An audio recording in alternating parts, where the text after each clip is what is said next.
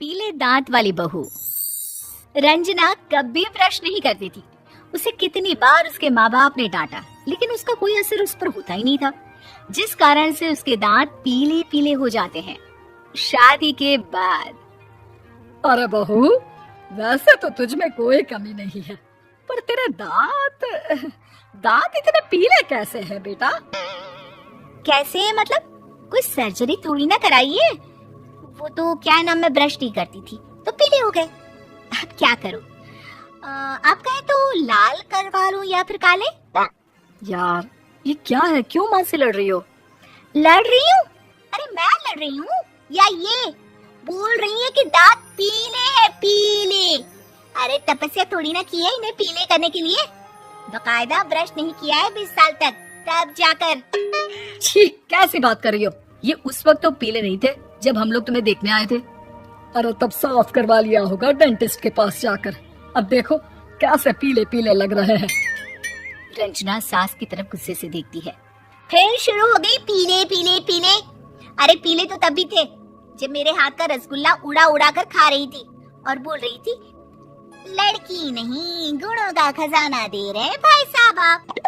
खैर, अब वो लोग करते भी तो क्या करते, पीले दांत वाली बहू पल्ले पड़ी थी तो झेलना तो था ही। एक दिन कीर्तन में रंजना गाना गा रही थी। अरे कमला बहन, माँ का द्वार है, यहाँ तो सब शुद्ध होकर आते हैं, फिर अपनी बहू को ब्रश भी नहीं करवाती तुम। दूर से पीले पीले दांत भक्ति में बाधा उत्पन्न कर रहे हैं। अरे कोई 2 साल की बच्ची थोड़ी ना लेकर आई हूँ मैं बहू बनाकर। अच्छी खासी लड़की है, अरे कैसे करवाऊं ब्रश? ये तो उसे खुद करना चाहिए ना। अब माँ बाप तो इसके जैसे तैसे निपटा दिए, ये नहीं सोचा कि सास कैसे संभालेगी। सास बहू को लेकर घर आ जाती है, लेकिन सोच लेती है कि अब इसे लेकर कहीं नहीं जाएगी। अगले रोज बहू कहती है, अरे क्या हो गया, मंदिर नहीं जाना क्या? कीर्तन का वक्त हो रहा है। मेरी मधुर वाणी से कान्हा जी जागते हैं और सोते हैं। आप तो जानती है ना उनकी भक्ति में कितना मन लगता है मेरा। वो क्या है ना, तबीयत ठीक नहीं लग रही है मेरी, आराम करूंगी मैं। तबीयत ठीक नहीं लग रही? अभी तो मिथुन के गाने पर नाच रही थी आप, और आप बोल रही है कि तबीयत ठीक नहीं लग रही। अरे भक्ति में मन लगा लो सासू माँ, ऊपर जाना है, क्या मुंह दिखाओगी आप? हाँ? सास को बहू की बात पर गुस्सा आ जाता है। मैं क्या मुंह दिखाऊंगी, इसकी चिंता तो ना कर, समझी?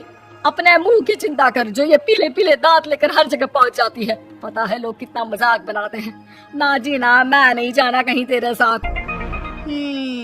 तो ये बात है, कोई ना, मत जाओ, मैं अपने कमरे में ही बैठकर भक्ति कर लूंगी। ऊपर वाला दांत थोड़ी ना देखता है, मन देखता है, भावना देखता है।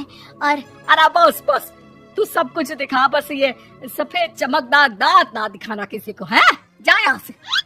बहू को सास की बात का कोई फर्क नहीं पड़ता, वो तो जैसी थी वैसी ही रह जाती है। सुबह नहाकर किचन में खाना बनाना, फिर खाना खाना, कीर्तन भजन करना और सो जाना। एक दिन, माँ जी मैं सहेली के घर जा रही हूँ, शाम को लेट आऊंगी।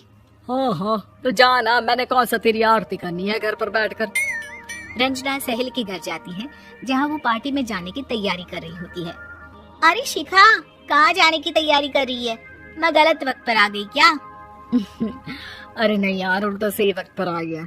मैंने ये साड़ी और ज्वेलरी निकाली है यार, शाम को इनके ऑफिस की एक पार्टी में जाना है। बताना कैसा लग रहा है ये सब? नहीं यार, इस ड्रेस के साथ तो वो वाली ज्वेलरी अच्छी लगेगी। हाँ हाँ सही बोल रही है, मैंने ध्यान ही नहीं दिया। वैसे तो हमेशा से मस्त फैशन सेंस रखती है।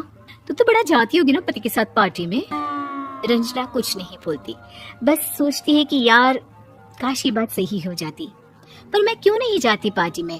क्या इन लोगों की कोई पार्टी होती नहीं होगी? रंजना घर आती है और रात में पति से सवाल करती है, एक बात बताइए, आप मुझे किसी पार्टी में क्यों नहीं ले जाते? क्या आपके यहाँ ऑफिस में पार्टी नहीं होती? पति बेचारा क्या कहता कि दांत पीले हैं तुम्हारे इसलिए। अरे कोई पार्टी होती नहीं हम लोगों के ऑफिस में, तो कहाँ से लेकर जाऊं? और मार्केट, मॉल, कहीं वीकेंड घूमना, कहीं तो। अरे यार सारे हफ्ते में एक छुट्टी मिलती है, तो सोचता हूँ कि आराम ही कर लूं। क्यों? रंजना मन मार के रह जाती है। पहले कभी सास के साथ मंदिर जाया करती थी, लेकिन वो भी सास ने ले जाना बंद कर दिया। घर बैठी बैठी रंजना बोर हो जाती है, तभी उसे आइडिया आता है और वो मायके जाने का सोचती है। सासू माँ, 2 दिनों के लिए मम्मी के घर जा रही हूँ। अच्छा अच्छा ठीक है, आराम से जा। और हाँ, माँ से कुछ अच्छी आदत सीख कर आना कि कैसे शरीर के हर भाग की तरह दांतों की सफाई भी जरूरी होती है, समझी? शुरू हो गई ना आप। वो लोग आपकी तरह नहीं है कि छोटी छोटी बात का बतंगड़ बना दे। उन लोगों के लिए मैं मायने रखती हूँ, ना कि मेरे पीले पीले दांत। रंजना माँ को बिना बताए उन लोगों को सरप्राइज देती है, लेकिन जैसे ही वो दरवाजे पर पहुंचती है, अंदर देखती है कि घर वाले कहीं जा रहे होते हैं। अब माँ, काश रंजना दीदी के दांतों वाली प्रॉब्लम नहीं होती तो वो भी हम लोगों के साथ चलती ना बुआ जी की बेटी की शादी में। हाँ बेटा, लेकिन अब उसे कौन समझाए कि उसको उसके पीले दांत नहीं दिखते, लेकिन उसके आसपास के लोगों को कितना एम्बैरेसिंग फील कराते हैं।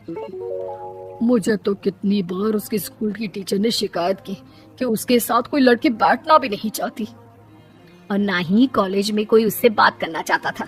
लेकिन पता नहीं क्यों उसे ये बात समझ में ही नहीं आती।